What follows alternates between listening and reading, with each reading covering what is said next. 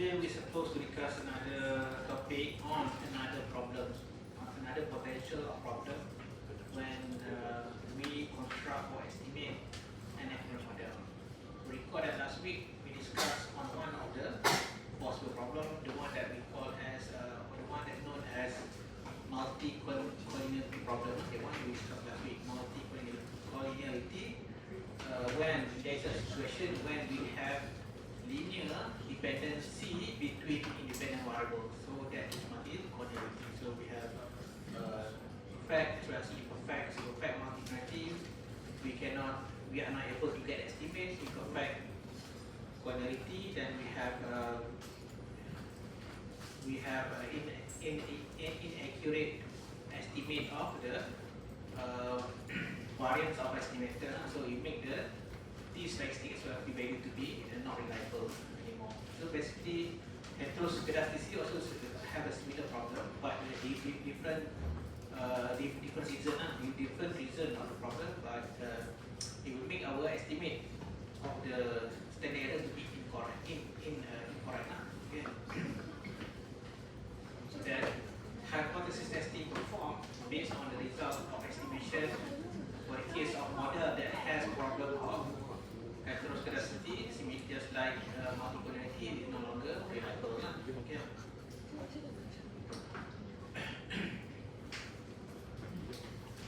So what is heteroscedasticity? So hetero means different or unequal, which is the opposite of homo. So homo the same. So homogeneous they have the same characteristic, but hetero means different. So meaning that for this case, in this particular topic, it refers to a situation when the different observation have different variance of error, different variance of error. The error variance to have a different unequal error variance. And then scedastic means spread or scatter. So homoscedasticity means equal spread for the size of the error variance, but heteroscedasticity has unequal spread of error, which produce unequal value or different value of error variance.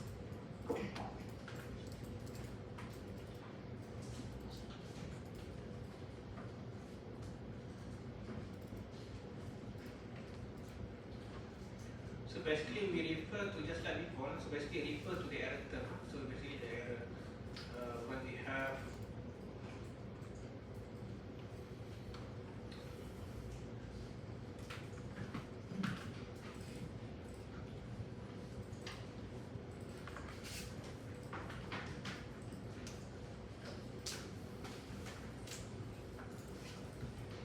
last week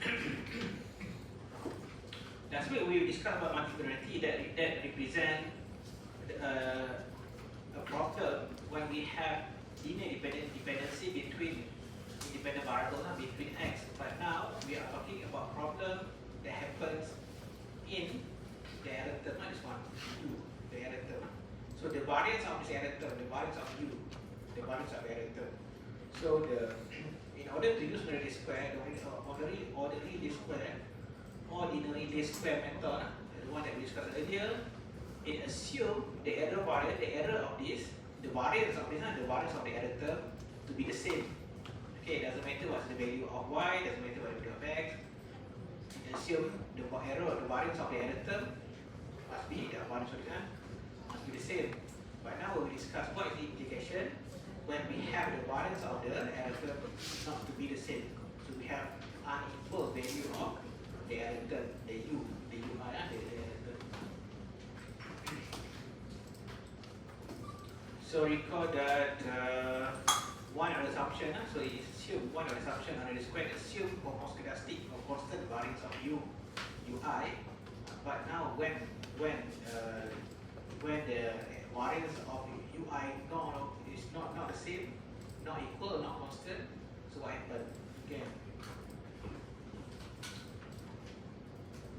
So assumption of the classical linear regression model state that the disturbance should have a constant or equal variance independent of I. So meaning that the I lah, the yi lah. So this one doesn't matter what value of which observation. So yi lah, so y1 or y2 or any y lah. Okay. So doesn't matter of the position, doesn't matter which observation. So independent of I, it has all have the same constant value of variance or error variance. Therefore, having an equal variance means that the disturbance are homoscedastic. So we need the error term. We need the error term to have homoscedastic error variance. So the same or equal value of variance for the error term. So if the homoscedasticity assumption is violated, then so meaning that different observation has different value of variance. So we have sigma I squared. So previously we don't have I. Okay, the variance of ui is just the variance. It's just the sigma squared, the variance. So doesn't matter what the value of I, doesn't matter which observation, all has the same variance sigma squared. But if let's say the variance depends on the observation, so different observation have different variance, so sigma I squared, so it depends on the I, the observation. So meaning that, so we have heteroscedastic error variance, meaning the variance are not the same, and it is depend on the observation, the I. So where the only difference is the subscript I attached to the sigma I squared, which means that the variance can be changed for every different observation in the sample. So for I to the 1, 2, 3 up to the last one. So look at the following graph, for example. So this is an example of homoscedastic. So we want our model to have this kind of spread of error. So we need our error to have the equal spread, so that they have the constant variance. So this the assumption that we have already squared assume for the error to behave like this.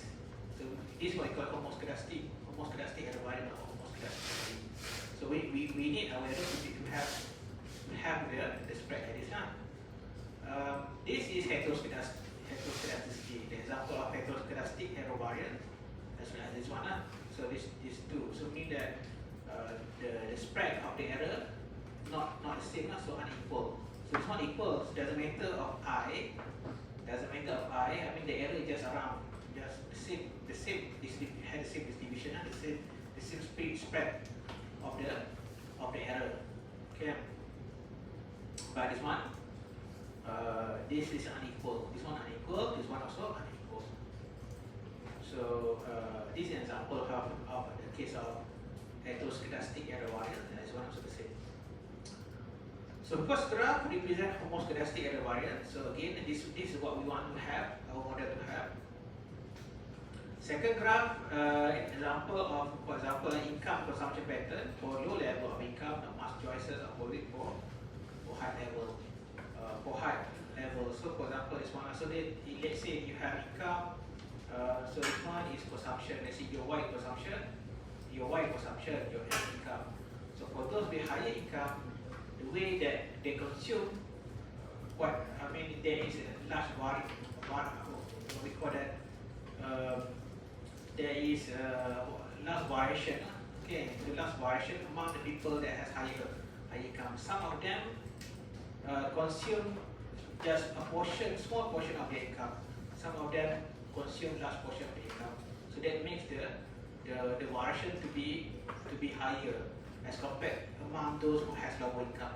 So lower income, they don't have much choice. So they have, all of them must consume large portion of the income. But for those who have high income, it depends. Some decide or choose to only spend a small portion of their income to consume, and then the rest goes for what we call saving, for example. But for some of them, they consume large portion of the income. So makes the spread of their what we call the error to be larger as compared to for those who has low income. So this kind of situation can make or can be the reason or to be the source of the heteroscedastic error variance. So So again, this is an example of one example. So this is also possible, although I think for many cases we have this kind of error variance even when we have heteroscedasticity problem, but it also possible to have something like this. Meaning that for larger value of x, the spread is going to be narrow, smaller as compared to those as compared to when x has smaller value. Okay. So as an example given here, so the improvement in data collection. This is an example, just one example that can produce this kind of heteroscedastic error variance.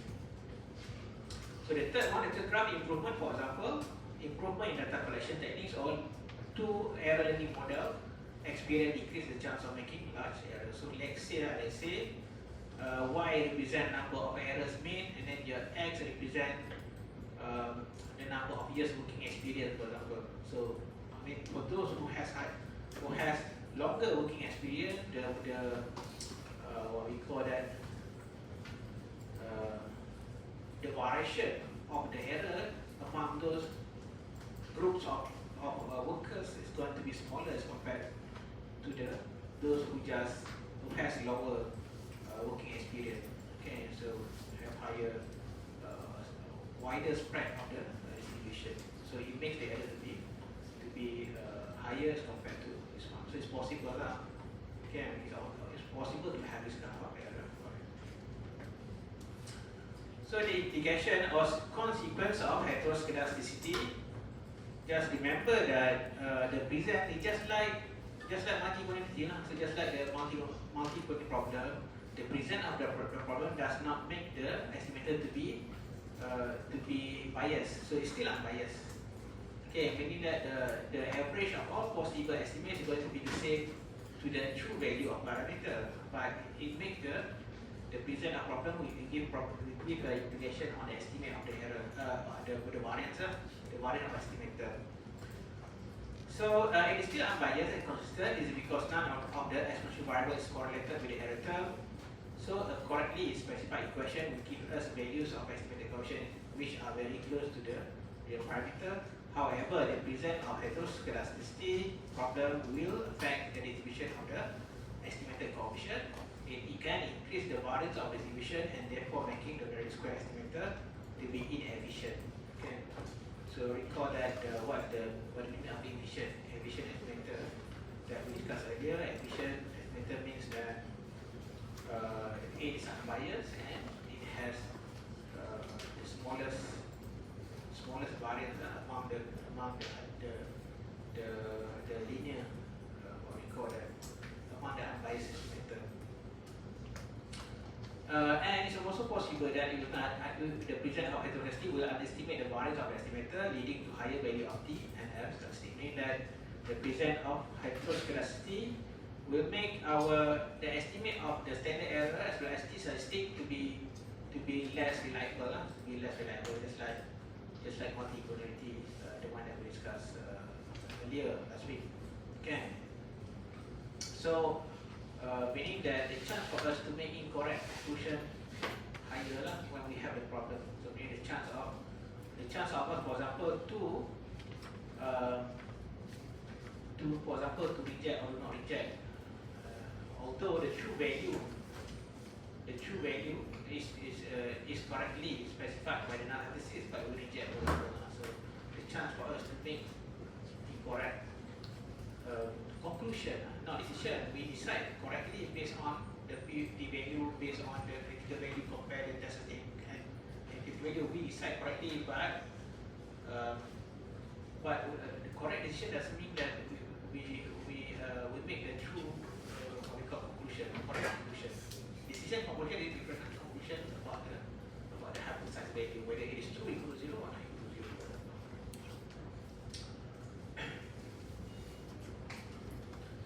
So to detect heteroscedasticity problems, after you estimate, so you have to check. So after you estimate, you have to check whether there is multi-equality problem. So last week we discussed for the case of multi-equality, if the problem is not that serious, you can just ignore it. But if there is a serious problem that makes your estimate to be not significant or insignificant, although we believe that it's supposed to be significant, You check VIF for example, and then you check and you see high value of VIF, and then you have to do something. You have to make correction or the problem. Okay. So for the case of heteroscedasticity, you need to do the same. You have to check if we have a number of tests available for us to check for the present of heteroscedastic problem, and then if there is a problem, then you have to fix the problem. You have to gradually fix the problem. So the first is the informal. So there are two ways in general. The first is the informal way, which is done through the graph by inspecting the graph, and therefore we can call it the graphical method. So normally we can check, we inspect the error, the residual. So remember that we estimate this one, the error term or disturbance. We estimate we use residual and SPO.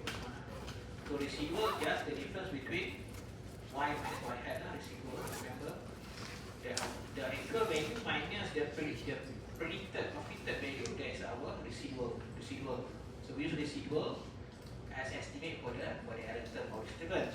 So after you estimate, and then you have to check your residual in order to see if there is the present of heteroscedasticity problem.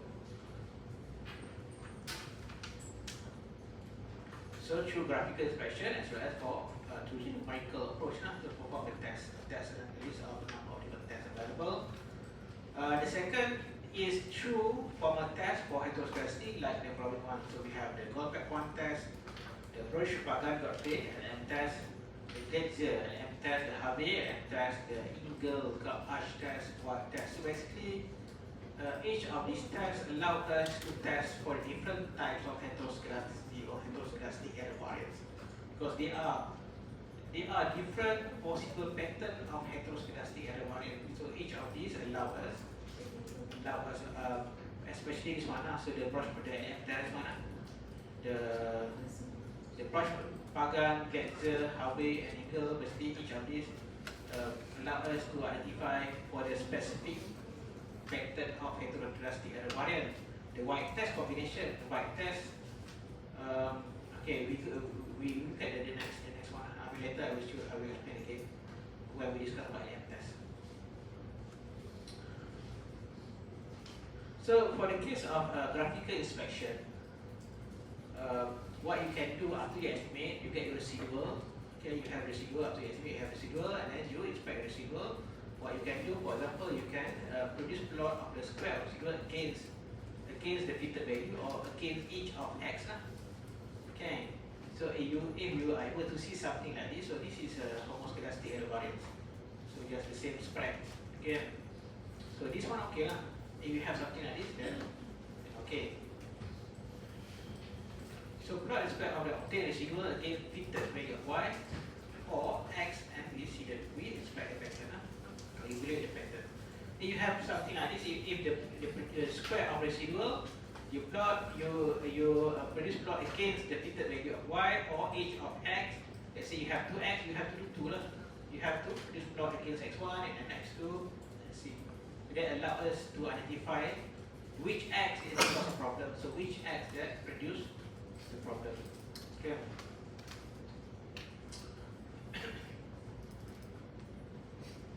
So you have something like this. This means that the unequal spread of error variance. This one also the same. So this one also unequal. This another type. This also possible to have something like this. So I mean there are a number of different patterns are possible types of unequal spread of error variance or heteroscedastic error variance. So the Goldbach-1 test is just the easiest approach. Let's say you only have Excel, for example, then you can easily perform this test in Excel. So it's quite easy. I mean, but EViews does not provide us this test. So EViews only provide us the rest of the test listed earlier. But this one is not given. But this one quite can be considered as a simple way of testing if the model we estimate, regression model or accuracy model that we estimate has the problem of heteroscedastic error variance or what heteroscedastic problem. So the step as given here. The first step, identify one variable that is closely related to the variance of this given. So after you estimate and then when you inspect through graph like before, you have to identify which x that produce unequal spread of error variance, something like that. So and then you order or sort the observation of this variable in descending order, starting with the highest and going to the lowest. So this one, either one, whether you sort from the smallest to highest or highest to smallest, doesn't matter. Okay, but what important when you calculate the F statistic, the higher must be above, smaller must be below.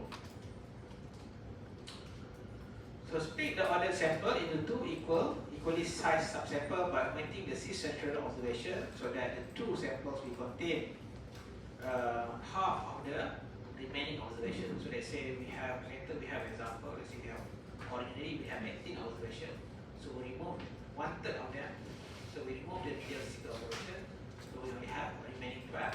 So 12 divided by 2. So we have 6 for the first subsample, the second subsample, 6 observation. Yeah. So there is no clear guideline on how many observations should be taken out. So you have to decide. So if you have small sample, you have small size of sample, do not take out too many observations. If you have larger sample size, then you can remove larger observation in the middle. So again, you sort the data based on the x that you believe is the sort of problem. So how to know which one? One way is by inspecting the graph.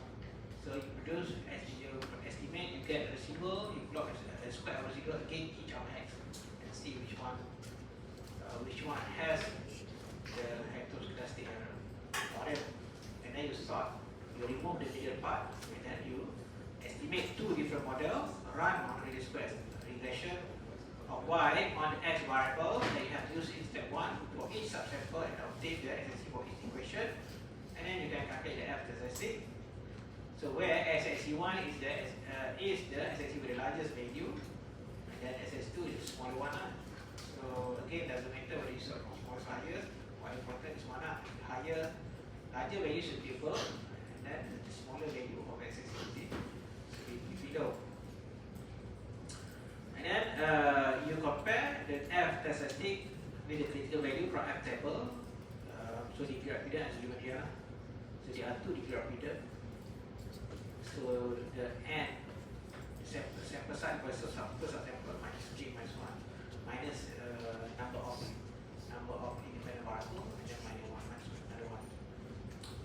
The same for the second one. So and then you check if the F statistic greater than the value, so you get the noun of homoscedasticity. So the noun is that the error variance are the same, alternative not the same.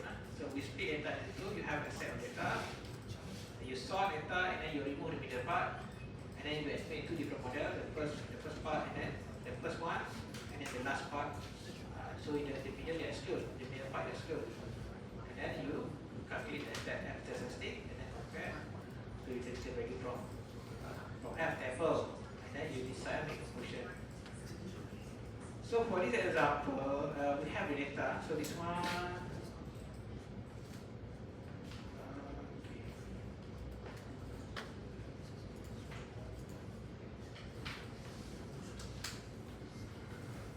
So data, let's just see this one.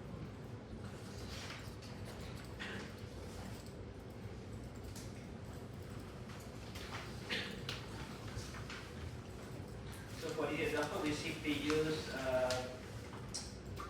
bivariate model. So two model that has two variables, y and x. So our y is the R&D expenditure for different companies, and then we have independent variable, the sales, not sales. So this one, so we have expenditure for 18 different companies, sales and then R&D expenditures. So the square R&D expenditure as a function of sales. So we need our independent variable, R&D expenditure, and our sales as the explanatory variable. So this one, if you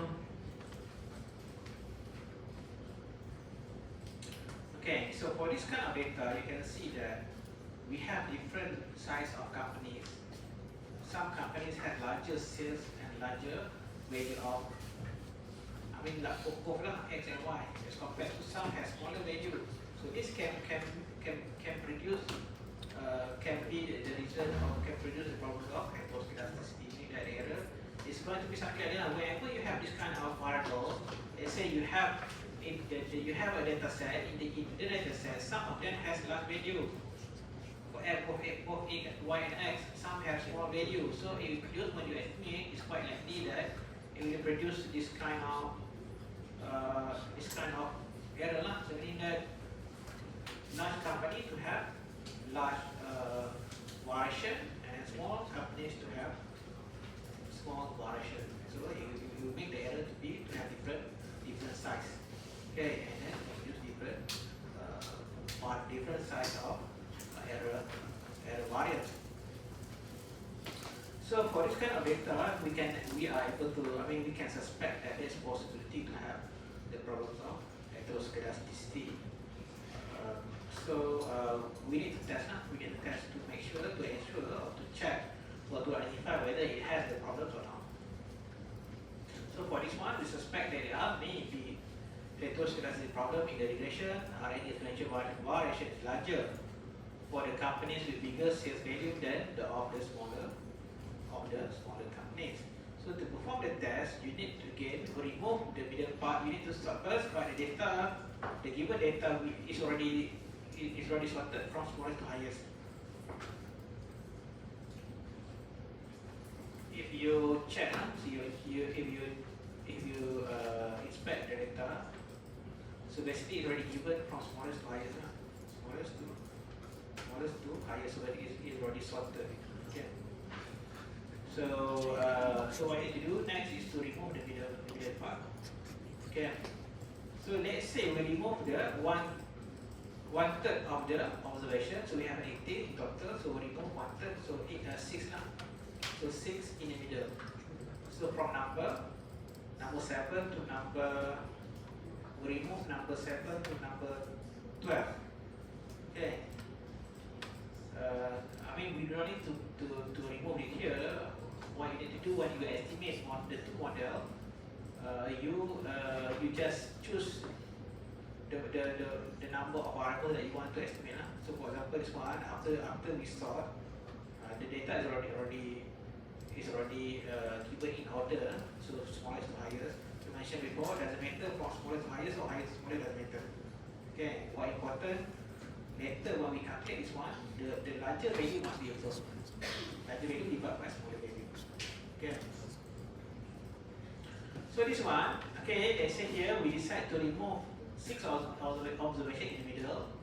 So we estimate the first part, the first 6, and then we will estimate the model using the second or the last 6 observation. So you estimate as usual. So you go to quick estimate equation. So in this case, our independent variable is RAT signature,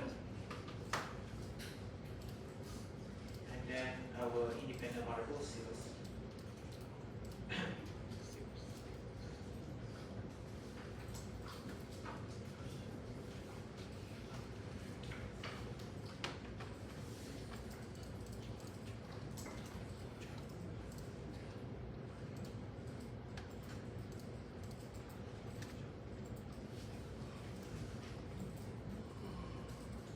So now you have to change the sample. We are using the first observation until 6 only. So 1 to 6, the first 6 observation, we remove the middle one. We ignore the middle 6, and then we estimate again using the last 6 observation. So again, this is we have to decide by ourselves how many observations. So there is no clear guideline on how many observations in the middle we should remove. But I mentioned just now, if you have small sample size, do not remove too many. Otherwise, you have too small number of observations left to estimate parameters.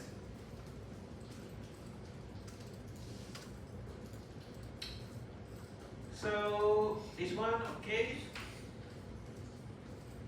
So you need to take this value SSE, SSE 1422 something. And then this is SSE either one. So basically if you estimate another one, this is smaller one, this is smaller one. So and then estimate again using the same model but using the last 6 observation. So for example, starting from 13 to 18.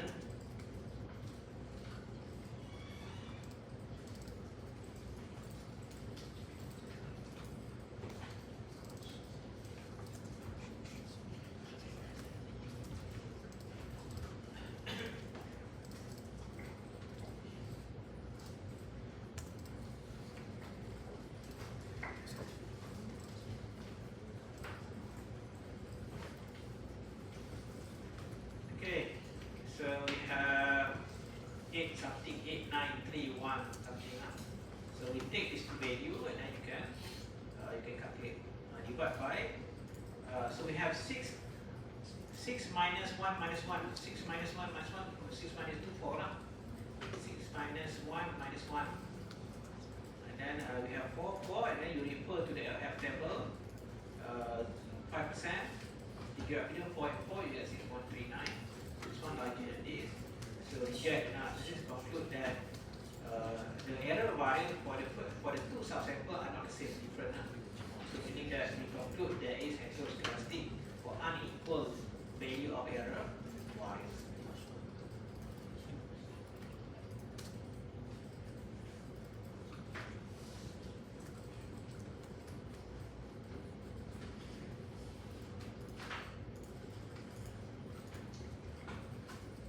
Okay.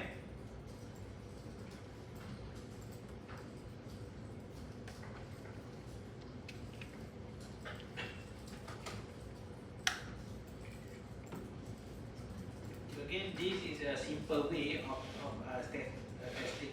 The simple approach of identifying if the model has problems of heteroscedasticity. This one is not given in if use only provide the result of this one. So if use, we need to do manually, meaning that we can only perform or calculate or estimate or perform that using if use, but we do that manually. So we need to estimate, select estimate one by one. But for the rest, for the other tests, this one we can easily ask if use to produce the result of the test. Okay. So the other available tests are Lagrange multiplier and test. So let's consider the model to be like this. So we have dependent variable and the number of independent variable, and then we have algorithm.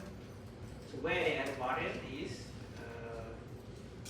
given by the expected value for the students.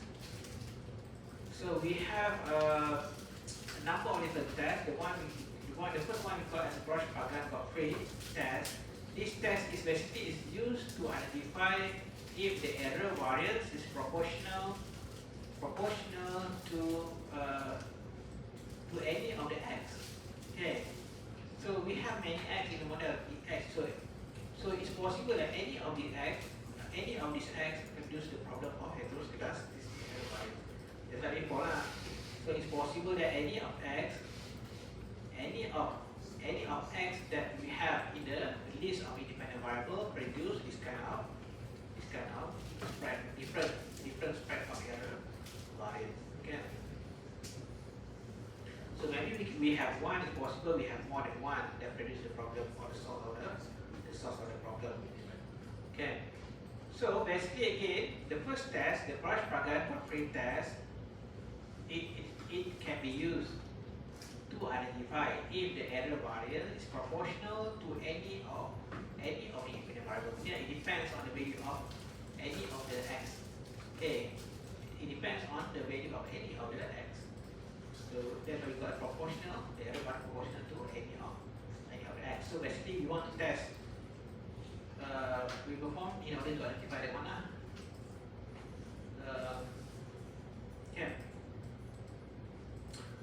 And then we have another test, lecture test. This one is used if in order to identify if the error variance proportional to the square, the error variance proportional to square of any of x. Okay, this one just x, but one square of x. This one, the error variance proportional to square of any of x.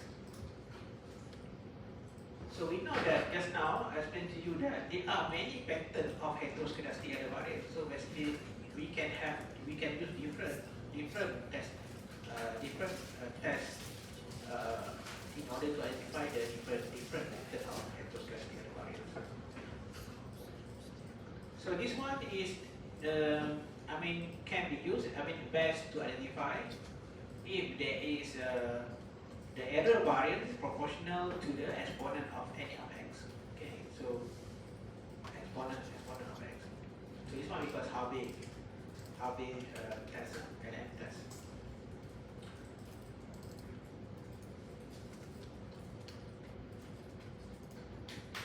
So for the null hypothesis, we are testing whether the parameters, the coefficient or parameters for each of x, for any of these x, if all of x equal to 0, or at least one of them not equal to 0. If one of them not equal to 0, meaning that the error variance depends on that x, whether it's proportional to x, or proportional to x squared, or proportional to exponent of x. Okay. So we test the coefficient here. Enough this says that all equal to 0. So if all equal to 0, then the error variance does not depend on x. Okay, it does not depend on x. If we reject, means that it depends on any of x. Okay, any of this not equal to 0, then it depends on the error variance. The value of error variance depends on the value of x. Okay.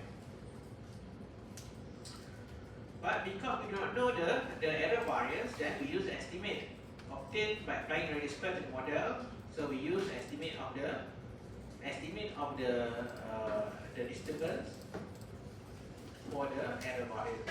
Okay, so basically we use residual. So residual is used as estimate for the error term. So for the Brush-Pagan-Godfrey element test, it involves a number of steps.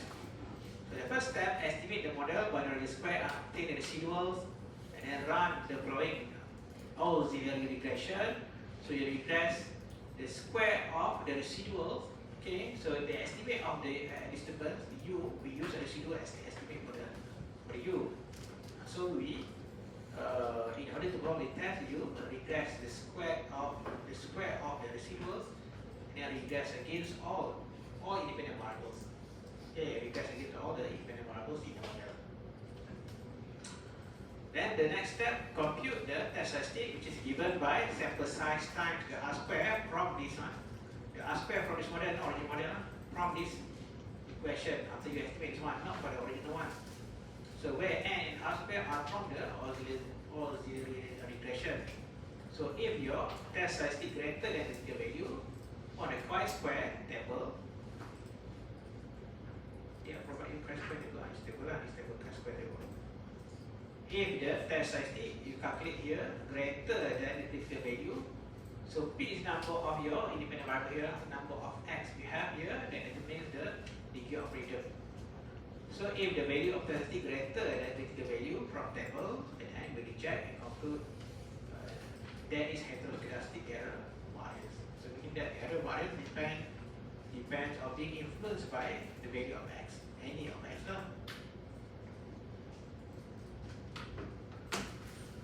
So to perform this test, okay, so now,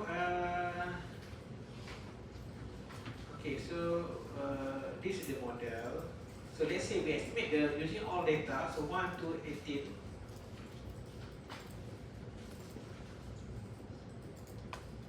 Estimate the model, R&D expenditure, space sales, using all data 1 to 18.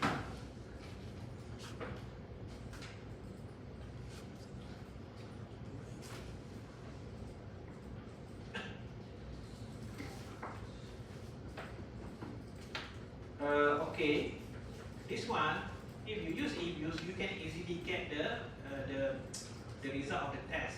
Okay, but later I will show you how to how the test statistic is obtained. So I will show you later on. If you do it manually, then you understand how it is obtained.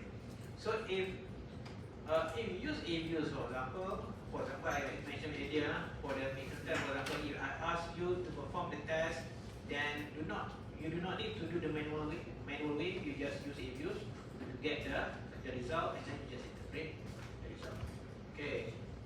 Although in lecture we discuss the manual way, that to help you to understand how it is obtained, where it is obtained, how the test statistic is calculated. Okay. So what you need to do, you just estimate the model, and in order to get the test statistic as well as the p-value, you just go to view, residual diagnostic, and then select heteroscedasticity test.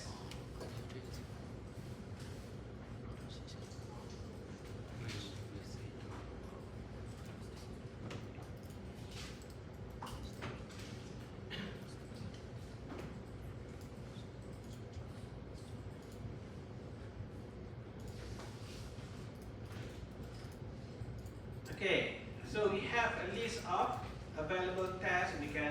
The first one berbagan, and then we have glitter, second one, Nabe, arch, white.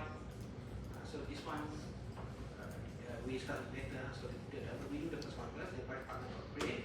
Again, this one is the best to be used to detect if the error variant proportional to the x, any of x.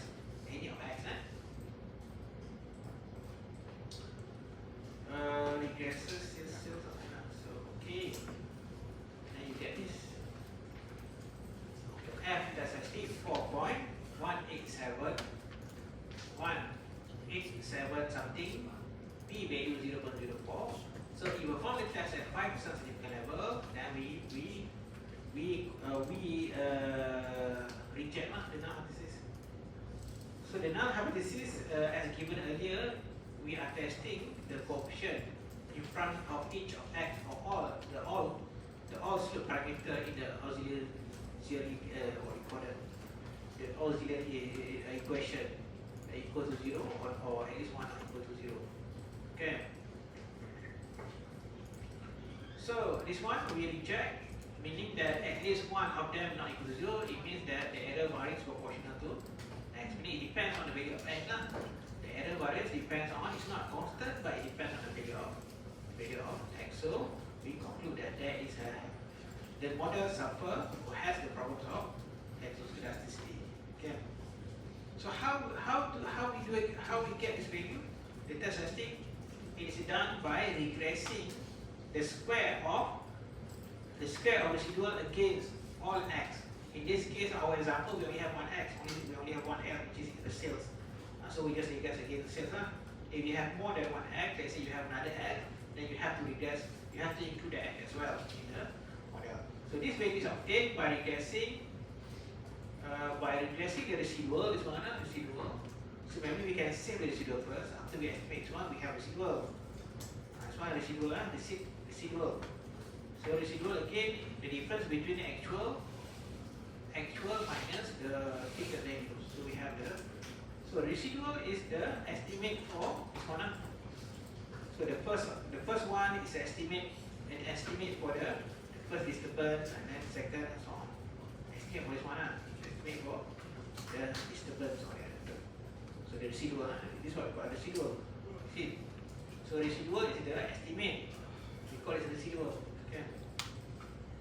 So maybe we save this one first in order to perform the test. You go to, because every time we estimate a model, this one, the receipt here, it will store the latest residual. For the latest model estimate, for the last model estimate.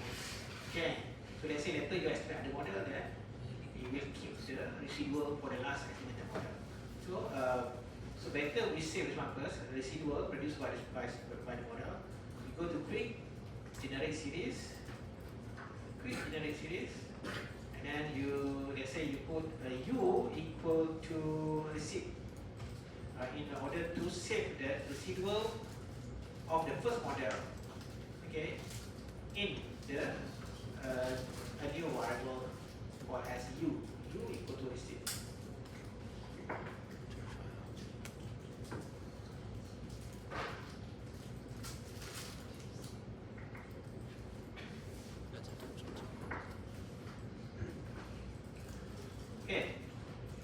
okay, now we have the residual is the same here.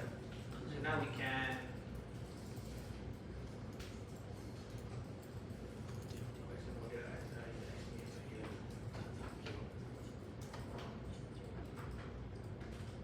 okay, so now this is the one that produced. I mean, we asked EBUs to produce the result of the test, but how this value is obtained? So it is obtained by regressing.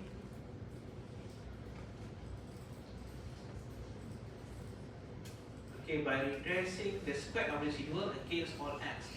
But in this case, we only have one x, which is sales.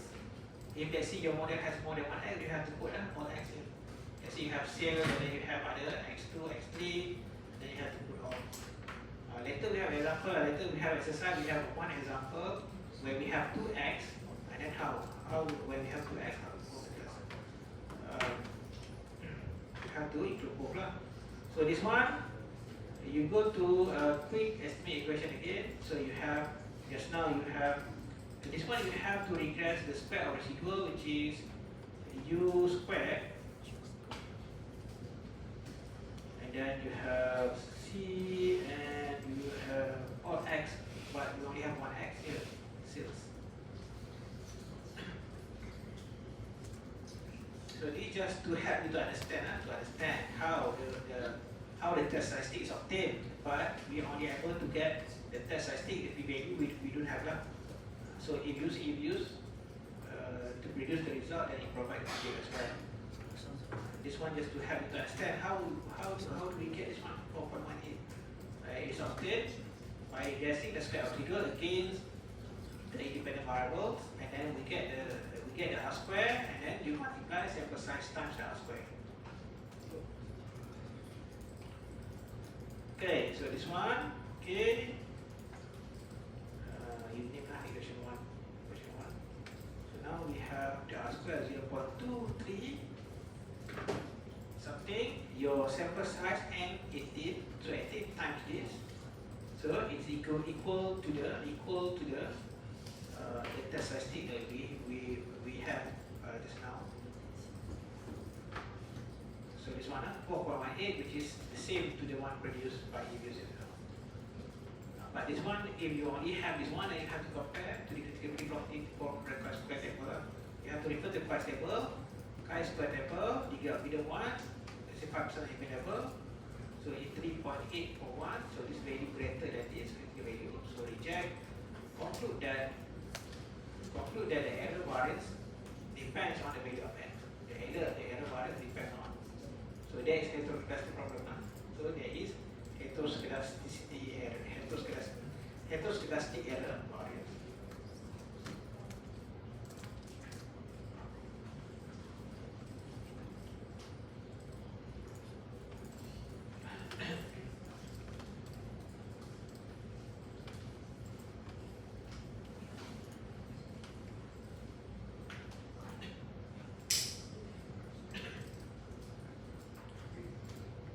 Okay. The second one, the other available test, the one we call as is the M test. So the step almost the same. The only difference is that this one will regress the absolute value of the residuals, because residual can be positive, can be negative. So we convert using absolute value. So absolute value of residual against all x.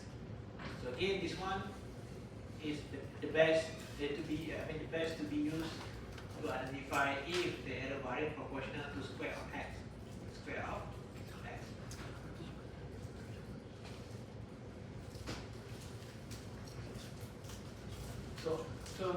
So it means that we have a number of different tests. So not all tests will be able to identify the problem. So let's say the model has a heteroscedastic problem, but remember that heteroscedastic error variance has different types of pattern. So that's why we have different model, different approach that we can use, because sometimes one test unable to detect the problem, because the test is the best to be used to detect different pattern of error variance. We use is unable to detect if the error variance are not what is supposed to be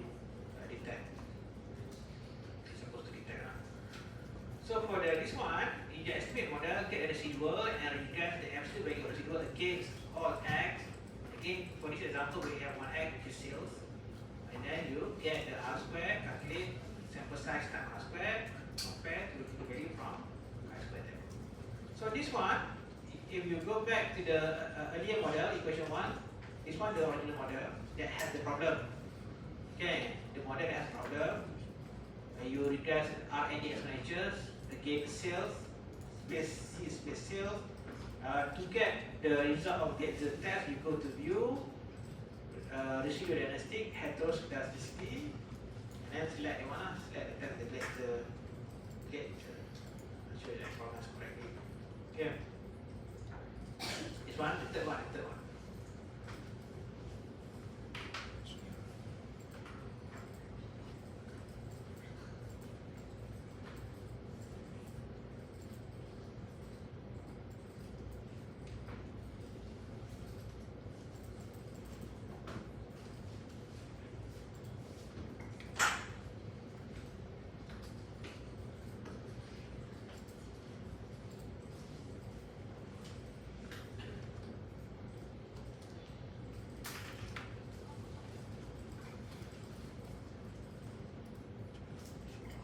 So you press OK, and then you get this one up. Test statistic 4.217, and then p value 0.04. So again, you use 5% significant level, then it is less than 5%. So you reject, conclude that the error variance depends on x. In this case, sales depend on sales. So in the value of sales, influence makes the value of error variance to be different.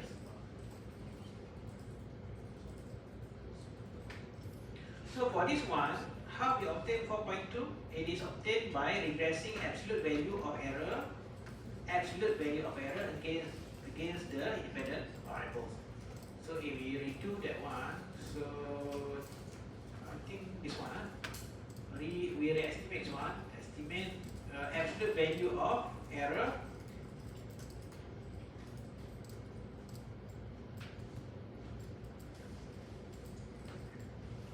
ABS square U, and then space C space sales.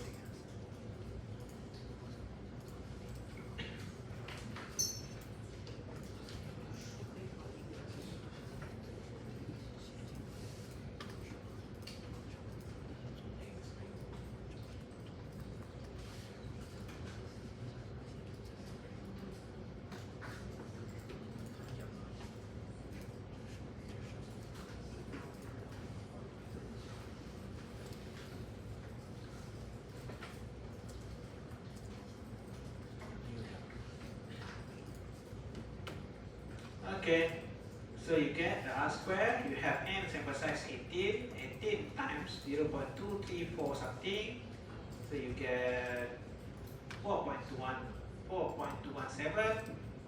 You don't have the p value, then you compare the value to the from chi-square table. If you're not able to know how to get this one, you ask me later. So basically, this is not that difficult. You just open the chi-square table. Okay, sure. So this one, 5%, 5%, 0.05, degree of freedom 1. Degree of freedom, how to know how many are degree of freedom? How the degree of freedom, it is the number of regression you have. The number of regression you have in the testing equation. So you only have sales, so only one. So it's 0.05, 3.841. So this one greater than critical value, reject, to conclude that there is heteroscedasticity problem. So the value of error variance, regression error variance, depends on the value of sales, depends on the value of x. So it is proportional to. So in this case, proportional to the x, to the square of sales.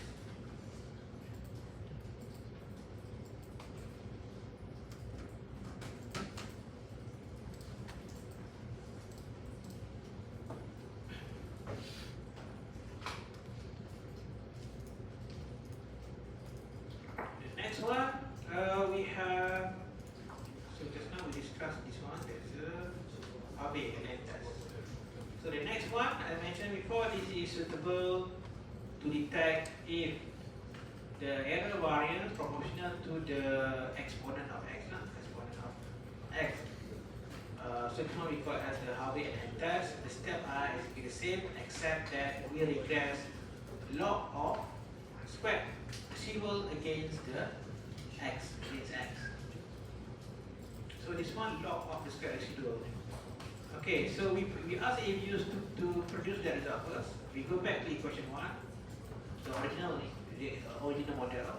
How to get that result? You go to view, residual diagnostic, most statisticity test. You select second one, Harvey.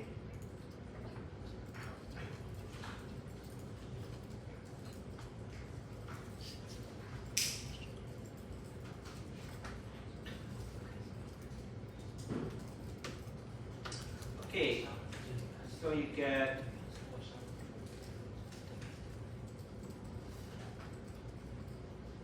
one.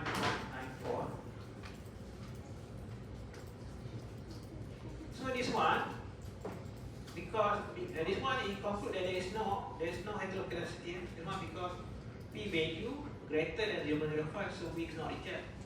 So meaning that there is no, the error value is not proportional to the exponent of x. So what the first two tests suggest there is heteroscedasticity. So meaning that you can see that now this test unable to detect that the error variance is not equal. Error variance is not equal, it's not the same for different operations. But this test are able to detect because it is used to detect for different pattern of heteroscedastic error variance. So but in this case it has different pattern of error variance. But this test actually used to detect different other types of error variance. Homoscedastic error variance. So it failed to identify problem. Actually the model suffered the problem, but so this test is able because it tests different pattern of the heteroscedastic error variance.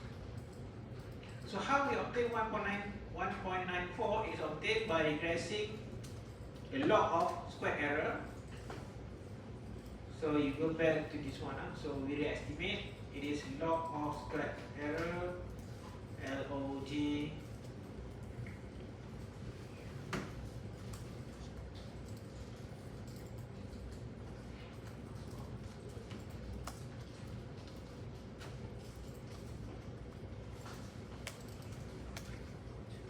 log of square residuals and then regress again C answer.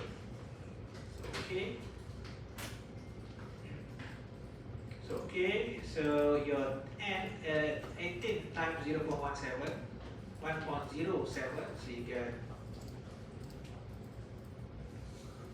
get 1.942, which is equal to this one. So this one you compare with the value, because this one smaller than this, you do not reject. Okay, so test is smaller than the value, you do not reject. So based on this, you see that there is no heteroscedasticity, but basically the more accurate interpretation is that there is no heteroscedasticity error variance as what we call that that is what the test is intended to test. Because remember it's not, I explained to you, the Harvey test is used to identify if the error variance proportional to the exponent of x. Okay, but the model has different types of heteroscedastic error variance. It has a problem by different types of the pattern of the heteroscedastic, not what it's supposed to detect. Okay. So conclusion, there is no, but the model has the problem.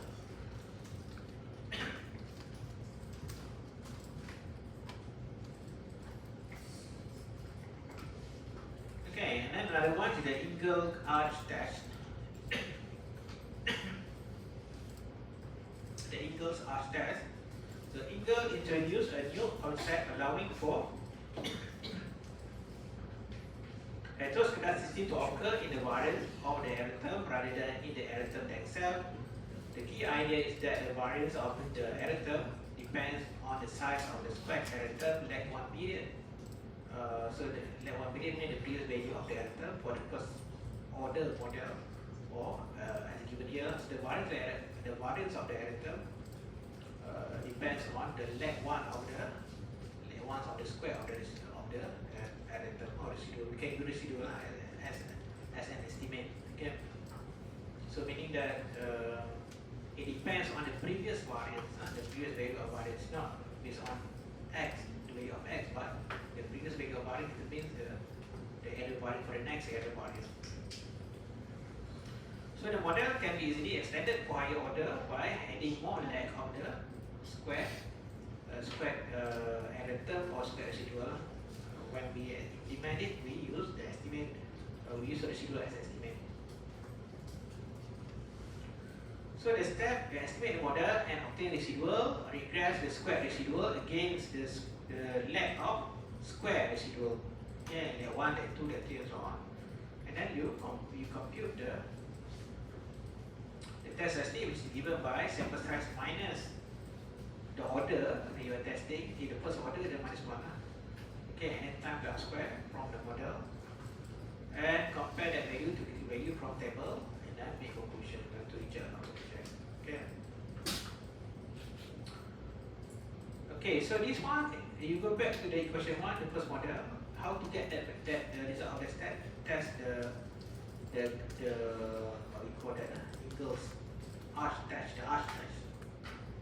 So you go to view residual diagnostic heteroscedasticity test, select arch.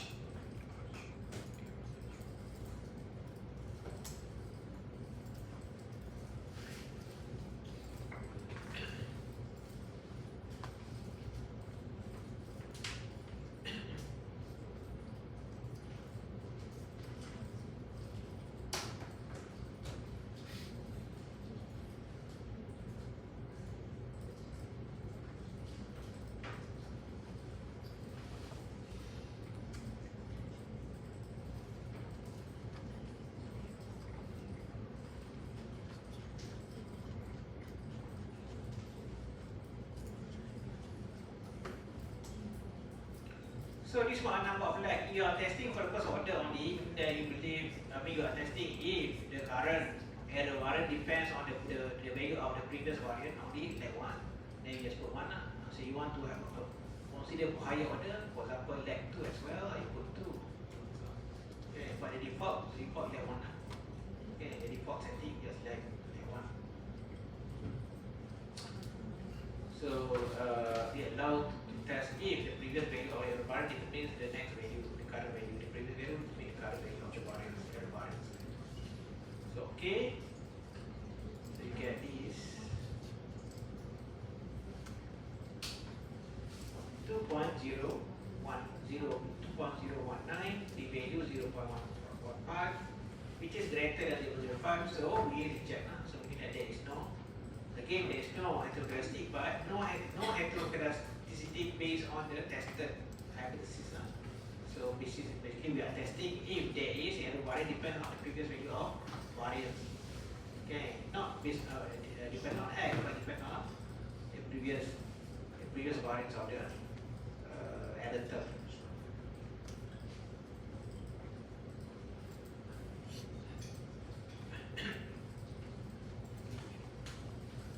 So it is good that you perform the test using different tests, but if you want to use many tests, you can choose lah. But again so basically in terms of different tests have different probability of making, for us to making incorrect conclusion.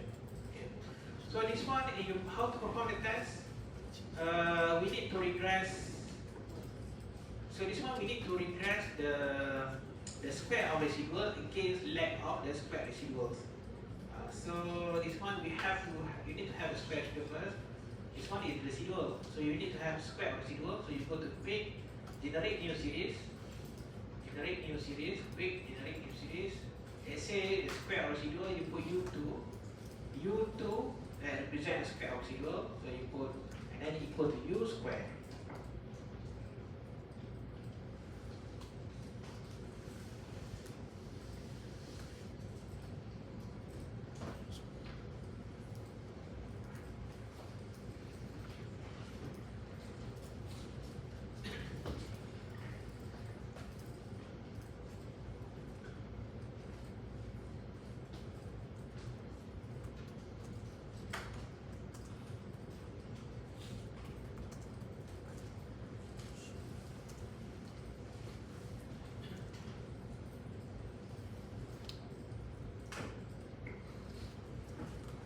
Okay.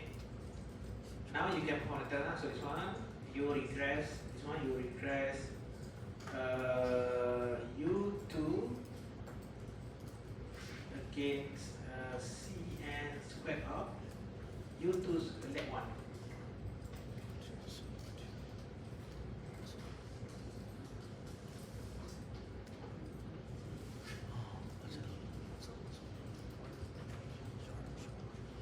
So the first order. So U2 space C space U2 bracket -1 select 1 previous value.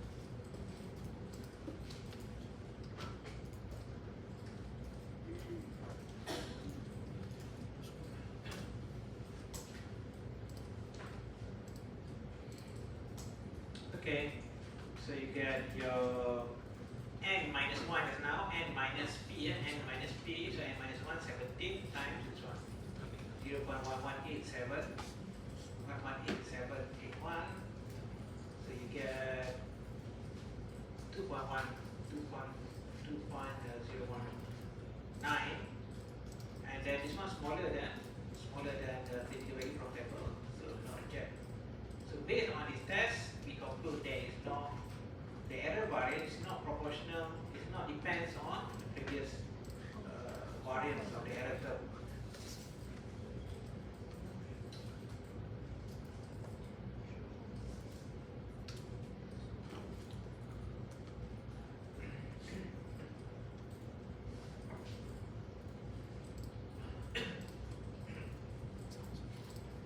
Okay, and then we have one more test, the one that we call as the white test. So this test allows us to test if the error variance depends on any of x or square of x or interaction between x.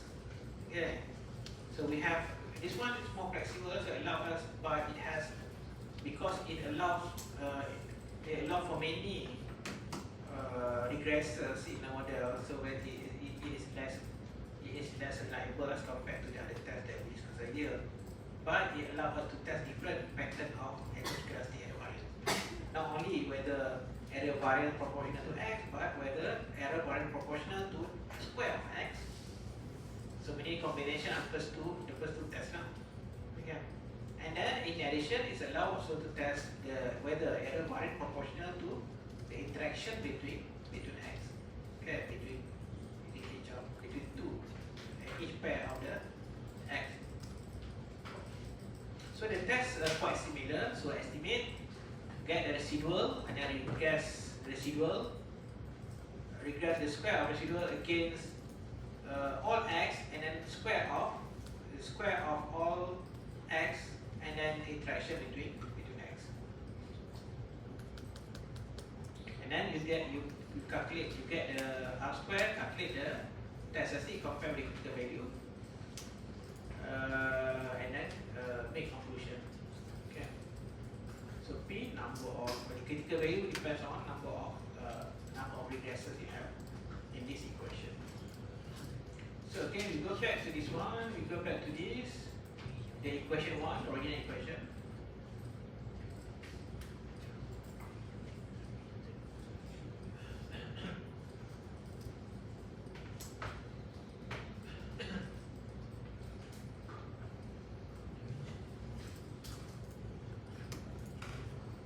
So you estimate the original model, you go to view, residual diagnostic, heteroscedasticity, select Y.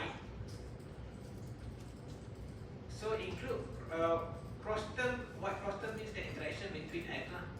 Okay, interaction. You don't want to include interaction, you can unclick this one. But this one we just perform the test by adding the interaction as well.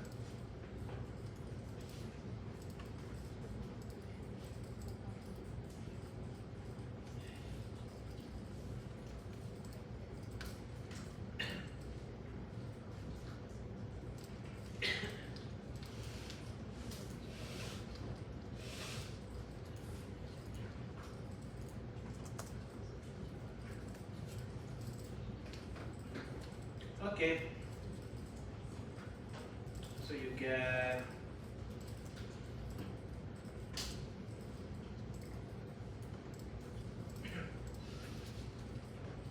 so test ST 5.17, p value 0.07. So you perform the test 5% level, then the conclusion is that there is no problem of heteroscedasticity. But basically, you perform the test using other tests, then we conclude there is problem. But because this test allow us to have many regresses, it can produce different conclusions. So meaning that you can perform the white test, but it allows for higher possibility of making incorrect, for example, incorrect conclusion. So we conclude that there is no problem, but the reality there is not a problem. It is a problem. Yeah. So this side, basically, it is acceptable. Some you get to the article, for example, some they just perform white test, but it's just like the COVID-19 test. You use different test kit. Some test kits are able to detect, but other test kits are able to detect. So that's the risk of using different tests. Okay.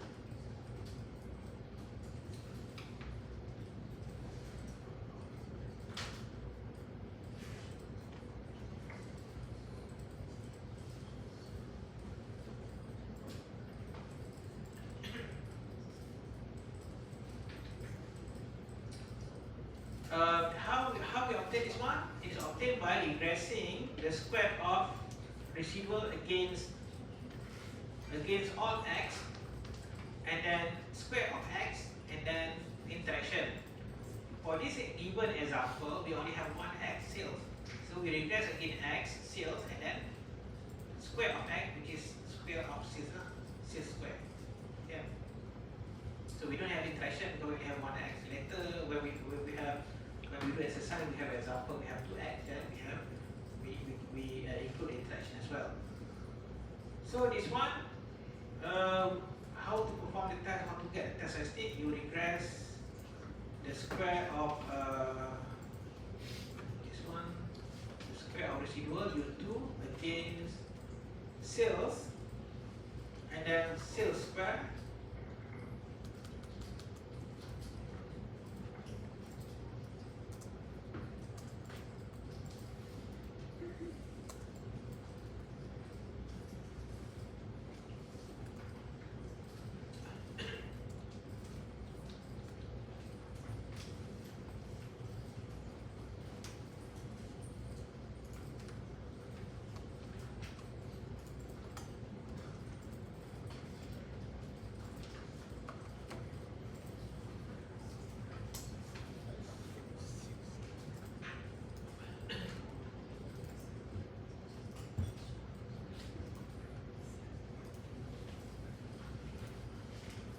Okay, so we get for this one just like before, sample size n times the r square.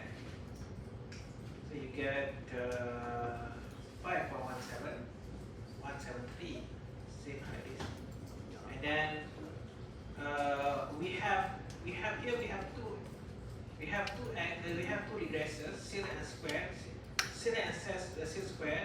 So degree of freedom equal to 2. Not 1 but 2. So when you refer to the table just now, 2 degree of freedom 2, 5.991. Okay.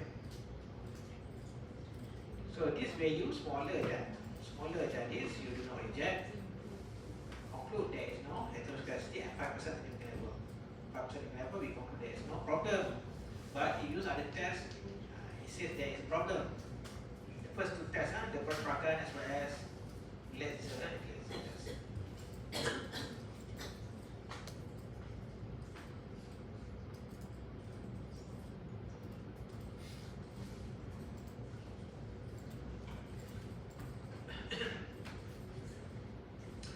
So how to solve our current problem? So we have a number of different possible ways.